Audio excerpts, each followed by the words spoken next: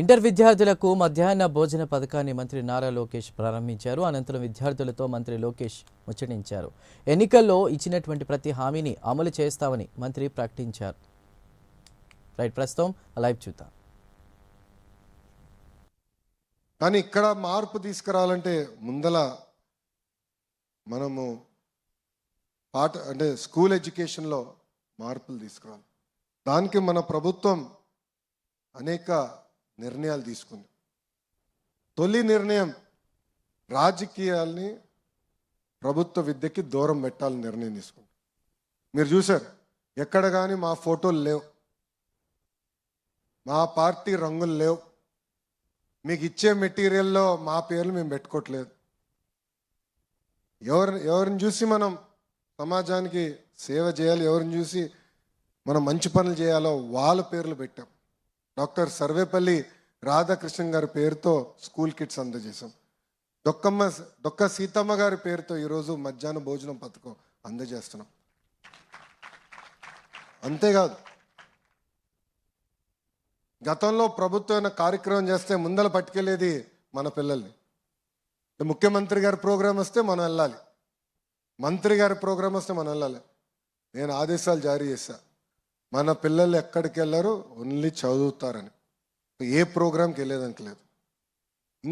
ఇంకో పక్కన ప్రభుత్వ పాఠశాలలో కానివ్వండి, జూనియర్ కళాశాలలో కానివ్వండి, ఎక్సెప్ట్ జాబ్ మేళాస్ ఇంకెలాంటి కార్యక్రమాలు కూడా జరిగేదానికి లేదని మేము నిర్ణయం తీసుకున్నాం.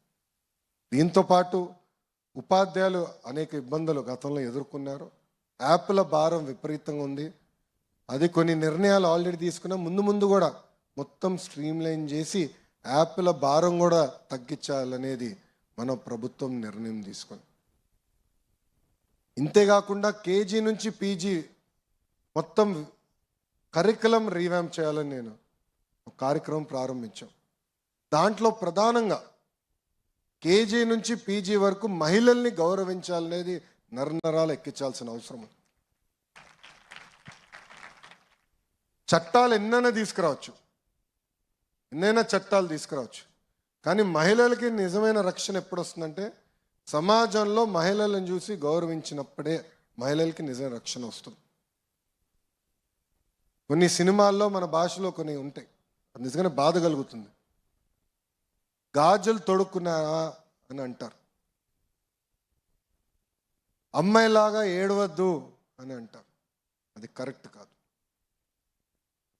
ఇన్ఫ్యాక్ట్ మేము టెక్స్ట్ బుక్స్లో కూడా అంటే చిన్నపిల్లలకి 2nd క్లాస్ 3rd క్లాస్ పిల్లలు టెక్స్ట్ బుక్స్ చూస్తే ఇంటి పనుల్లో మొత్తం ఆడవాళ్ళే ఉన్నారు ఫోటోల్లో.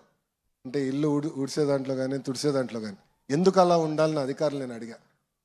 ఎందుకంటే నేను అమెరికాలో చదువుకున్నా, బ్రహ్మని నేను కలిసి చదువుకున్నాం. ఇంటి పనులు సమానంగా చేసాం. వాషింగ్ మెషిన్లో లాండ్రీ వర్క్ చేయాలంటే సమానంగా చేసాం.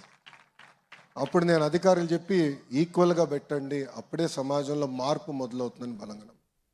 ఇట్లా అనేక సంస్కరణలు తీసుకురావాలనే నిర్ణయంతో మన ప్రభుత్వం ఉంది. దాంట్లో భాగంగా ఇంటర్మీడియట్ పెద్దలు అన్నట్టు బ్రిడ్జ్, అటు 10th వరకు చదివిన వాళ్ళు మళ్ళీ ఇంటరు, మళ్ళీ కాలేజ్కి వెళ్తారు.